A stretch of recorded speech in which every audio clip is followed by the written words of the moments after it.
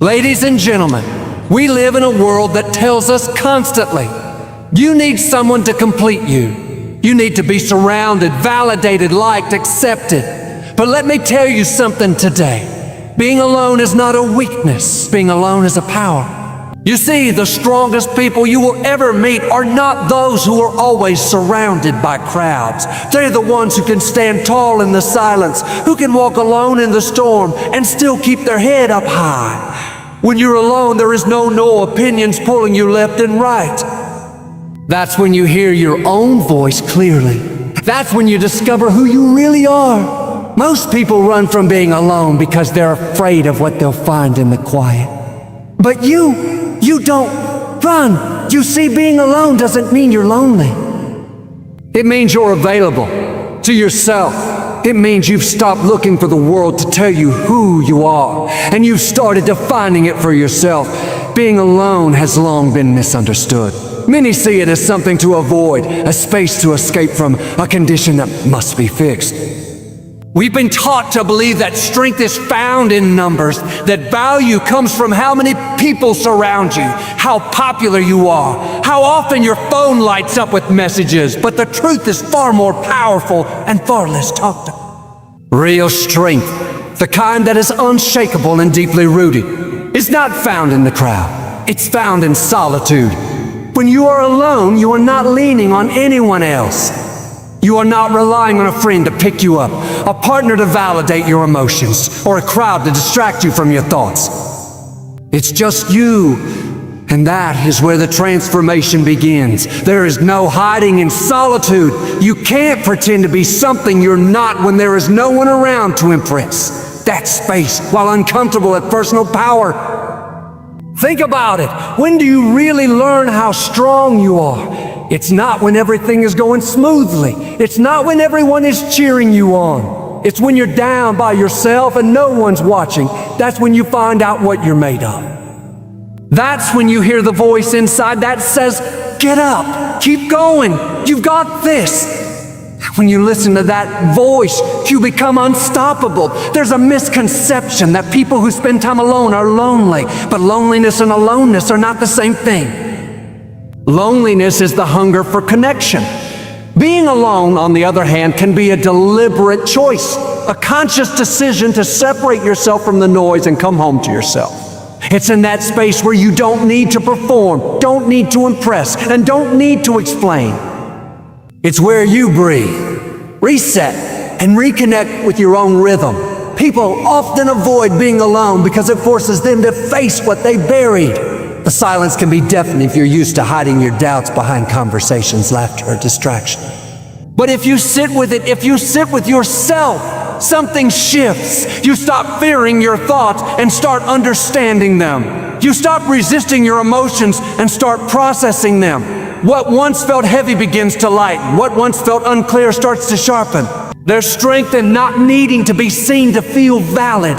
There's power in not needing constant attention to feel worthy. When you're alone and you still feel full, still feel powerful, that's when you know you've tapped into something unshakable. Because that strength didn't come from someone else. It came from you.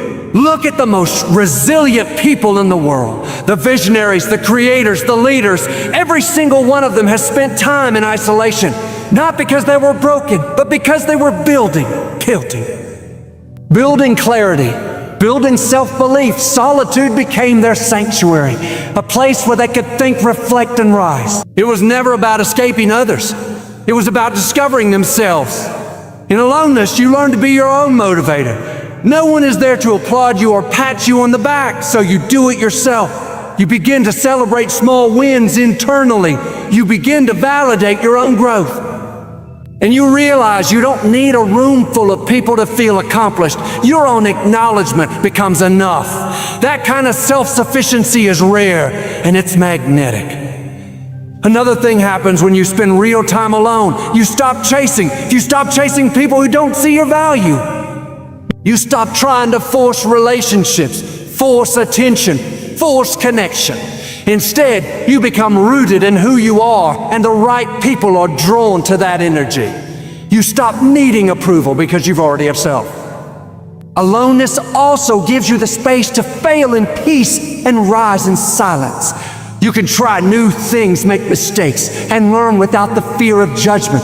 That's a freedom many never experience because they're too busy performing for others. But when you allow yourself that space to fall, to figure it out, to try again, you grow faster, you grow deeper, stronger. Eventually, solitude doesn't feel empty. It feels sacred. It becomes a source of creativity, clarity, and calm. It becomes the place you go not when something is wrong, but when you're ready to elevate. You go there to think deeply, to plan clearly, to move intentionally.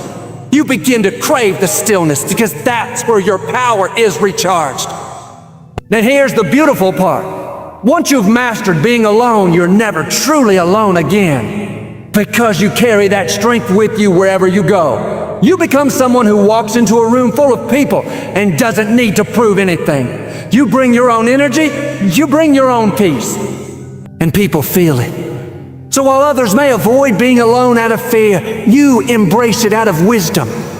While the world rushes to be seen, you take the time to see yourself. And that is where real strength is born, not in the noise, not in the crowd, but in the quiet space where you meet yourself fully. We live in a time of endless noise. Social media never stops. Notifications blink like traffic lights. Opinions, updates, messages, and distractions flood our minds from the moment we open our eyes in the morning until the moment we shut them at night. It's constant, it's loud, and it rarely leaves room for one essential thing. Silence is where self-discovery begins. And the most powerful silence is the one you find when you are alone. When you step away from the chaos of the world, even for a short while, you give yourself a chance to actually hear your own thoughts. That's rare today. Most people go through life reacting instead of reflecting. They're so busy listening to what everyone else thinks they should be that they never stop to ask who they actually are. And that's the danger of a noisy world. It drowns out your inner voice until it barely whispers crypt. It's not about isolating yourself because you're broken. It's about choosing to separate from the noise so you can hear what truly matters. It's about reclaiming your space, your mind, your identity. In that stillness, something powerful happens. You start to notice things. Patterns, feelings, dreams, fears, desires. You start to recognize what's really you and what was just picked up from someone else's expectations. You begin to understand why you react the way you do, why certain things trigger you, why some goals inspire you and that kind of clarity doesn't come from another self-help book or from 1,000 likes. It comes from sitting with yourself. No filters, no outside voices, just you, raw and real. Most people run from silence because it makes them uncomfortable. They're afraid of what they might hear when it's just them and their thoughts, but growth doesn't come from comfort. It comes from courage. It comes from facing yourself honestly, your strengths, your flaws, your dreams, your wounds. And when you do that, when you look inward with open eyes, you start to peel back the layers. You start to discover who you were before the world told you who to be. That's when things shift. You start to make decisions based on your own truth, not someone else's opinion. You stop chasing things that don't resonate with you. You begin to build a life that feels like home, not a performance. You develop a sense of self that isn't shaken by rejection or inflated by praise. You know who you are, not perfectly, not completely, but truly. And that's the foundation of everything else. You stop needing to be understood by everyone because you finally understood yourself. You stop seeking approval because you've already given it to yourself. That kind of inner knowing is rare, but it's magnetic. When someone is deeply connected to themselves, you can feel it. They move differently. They speak with intention. They attract. They don't compare, they create. And that starts with silence, with solitude, with stillness. Alone time is not just a break from others, it's a return to yourself. It's when you check in. Ask the questions that matter. Am I happy really? Am I walking toward my own goals or someone else's dream? Am I proud of how I show up in the world? What do I want not just in the next 5 years, but in this moment? These aren't questions the world is going to ask you. You have to ask them yourself.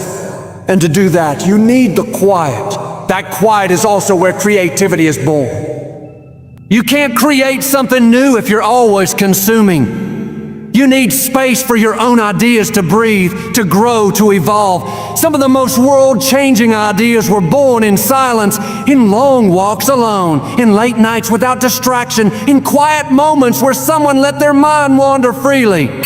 That kind of creativity can't be forced. It's invited. And the invitation starts with making time to be alone. Even emotionally, solitude is healing. When you're always surrounded by people, even people you love, it's easy to lose track of what you're feeling. You pick up their energy, their stress, their needs. You start adjusting to them without even realizing it. But when you're alone, you finally get to feel your own emotions clearly. You get to ask, what am I holding on to? What have I been avoiding? What do I need to release? That self-awareness is everything. Because once you name something, you can change it. Once you see it clearly, you can choose your response. Without that awareness, you're just drifting, reacting, repeating, stuck in patterns you don't even recognize. But with awareness, you become intentional. You stop drifting and start directing your life. And perhaps most importantly, solitude teaches you to enjoy your own company. That's a skill many people never develop. They don't know how to be alone because they've never tried. But once you do, once you sit with yourself long enough to feel comfortable, you realize that you're not boring, you're not broken, and you're not incomplete. You are whole just as you are. That's not to say you don't need people. Human connection is beautiful and necessary. But when you've discovered who you are in solitude, you stop needing others to fill you. You connect from fullness, not from lack, and that changes everything. Your relationships become richer because they're no longer about validation. They're about shared growth, shared purpose. So the next time you feel that urge to fill the silence, to distract yourself, to scroll endlessly or reach out just because you don't want to be alone, pause, ask yourself what you're running from. Ask yourself what you might discover if you stayed. Because in that silence is a version of you that you haven't met yet. A wiser, calmer, clearer you. And they've been waiting patiently for you to listen. Growth doesn't happen in the spotlight. It doesn't happen when the world is watching, when the applause is loud, or when everything is going your way. Real, deep, transformative growth happens behind closed doors, in moments of stillness, in seasons of solitude. It happens when you are alone, quietly working on yourself, with no one to impress and no one to perform for. There's something powerful about being alone, not because it's always easy, but because it removes the distractions. It's in that space where you are no longer reacting to the noise of the outside world. You're no longer shifting your identity based on what people expect from you. You are left with the truth of who you are and who you are becoming. And that truth can be uncomfortable at first, but it's necessary.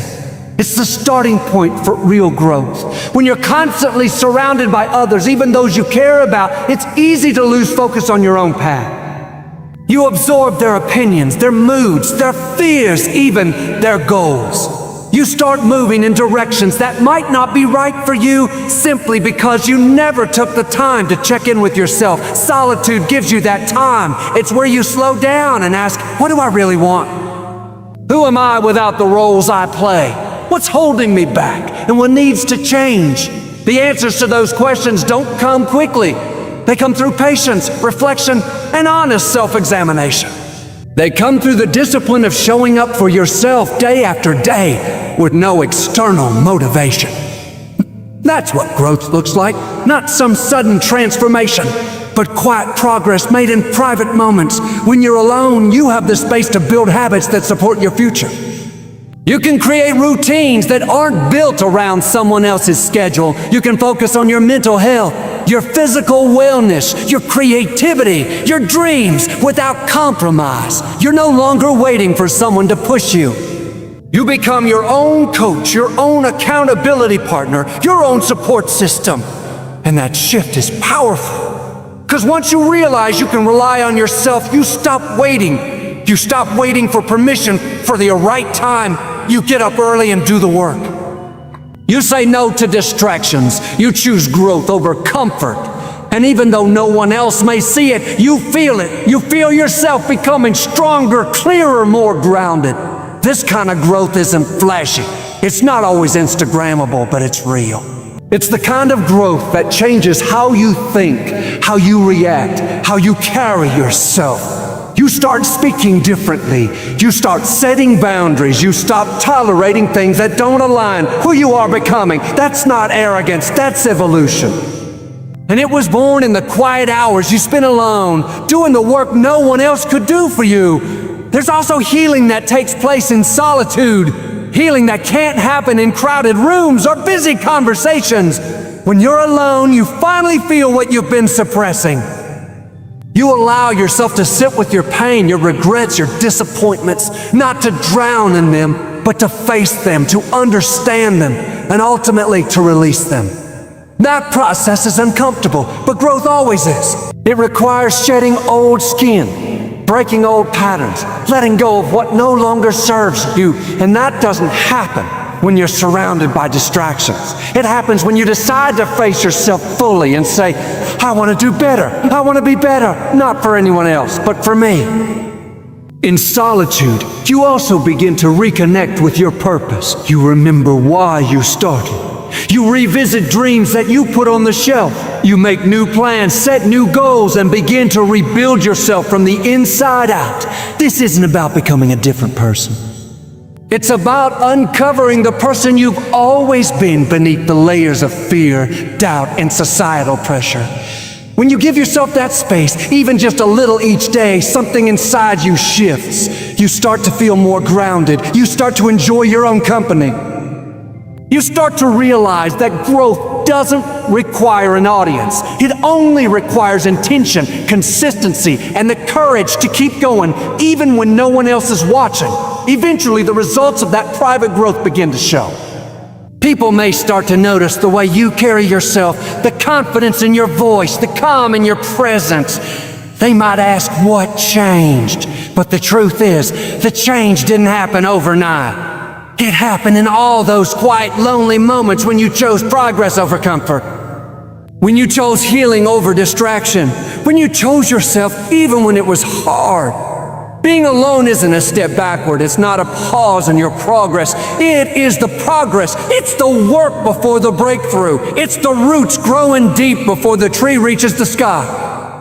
It's the foundation being laid before the structure rises. And when that growth finally shows, when your life starts to align with who you are on the inside, it will be unshakable because it wasn't built on anyone else's approval. It was built on truth.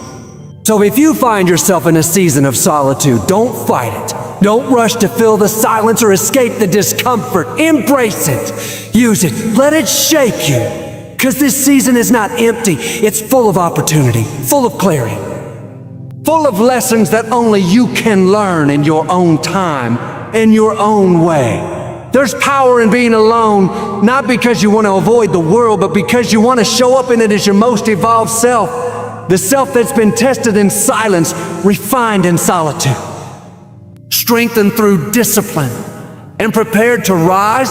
One of the most liberating truths you'll ever discover is this: you don't need anyone else to complete you. You don't need someone's approval to be worthy. You don't need constant reassurance to feel confident. You are already enough as you are.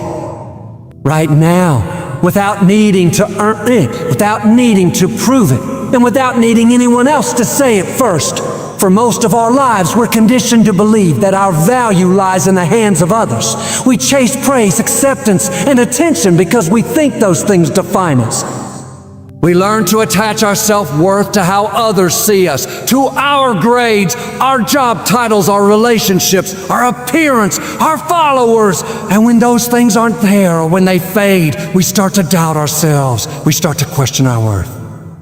But the truth is, none of those things have ever defined your value. You did. You were born whole somewhere along the way. Life may have tried to convince you otherwise. Maybe you were overlooked, misunderstood, criticized, or left behind. Maybe you learned to believe that you weren't smart enough, attractive enough, strong enough, interesting enough. But none of that was the truth. It was only a reflection of someone else's perception shaped by their own limitations. Your truth has always remained, you are enough. Being alone gives you the space to rediscover that truth. When you're no longer seeking validation from others, you start listening to your own voice again. You begin to realize that your worth isn't something to be earned, it's something to be remembered. It's already within you. It's in your resilience, in your kindness, in your effort, in your ability to keep going even when things feel heavy. It's in how you love, how you heal, how you grow. That kind of worth isn't measured in numbers or applause, it just is. There's a quiet kind of confidence that comes from knowing you're enough on your own. It doesn't scream. It doesn't need to. It shows up in how you carry yourself, how you protect your peace, how you no longer tolerate things that drain you. When you realize you are enough, you stop chasing people who don't see your value. You stop over-explaining, over-giving, over-compensating. You stop bending to fit into places that were never meant for you in the first place. You start to trust yourself. Your choices become clearer. Your voice gets stronger. You make decisions based not on fear of being alone, but on a deep understanding of what aligns with your spirit. You no longer wait for someone else to give you permission to take up space. You take it because you know you belong. This shift doesn't happen all at once. It happens in the quiet moments, in the mornings when you get up and choose to show up for yourself, in the nights when you sit with your thoughts instead of distracting yourself, in the times you say no to things that don't serve you and yes to things that do, even if no one else understands. That's how you begin to own your worth, not by shouting it, but by living it. It's easy to fall into the trap of thinking we need to be more before we're allowed to feel confident or happy, that we need to accomplish more, change more, look different, be different. But self-worth isn't a finish line. It's a foundation. And when you start from the place of, I am already enough, everything else you build becomes stronger. Your goals stop coming from a place of lack. They start coming from a place of purpose. You don't chase success to feel valuable. You pursue it because it aligns with who you already are. You don't enter relationships to feel complete.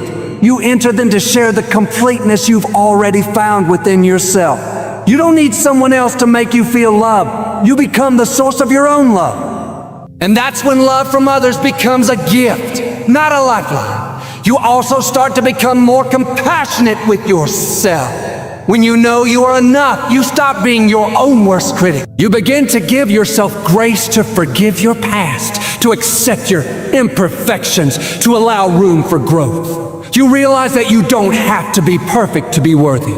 You just have to be real. And being real means acknowledging your struggles without letting them define you. It means accepting your flaws without allowing them to limit you. It means looking in the mirror and saying, I see all of me, the broken, the beautiful, the messy, the strong, and I choose to love all of it. That kind of radical self-acceptance is revolutionary in a world that constantly tells you to be more, change more. It's a quiet rebellion, and it's powerful. You start to attract differently when you know you're enough. You attract relationships that are rooted in respect, not dependency. You attract opportunities that align with your values, not your fears. You stop shrinking to make others comfortable. You stop settling for less than what your soul knows you deserve. This isn't about arrogance. It's about authenticity. It's about standing in your truth without apology. It's about understanding that your worth was never up for debate. Not when you succeeded and not when you struggled. Not when you were surrounded by people and not when you were alone. It has always been there, and it always will be. So the next time you feel like you're not enough, pause, breathe. Remind yourself that worthiness isn't something outside of you. It's not waiting to be handed to you. It's already in you. And the more time you spend in your own presence, the more you start to see. Because the truth is, you don't need to become someone else to be enough. You just need to come home to who you are. That person, the one who has survived, adapted, learned, and grown is already enough. Completely, unconditional, unshakable. Being alone doesn't make you incomplete. It reveals that you've been whole all along. When you stop searching outward and start looking inward, you realize the truth. You are already enough, and that truth is your greatest power.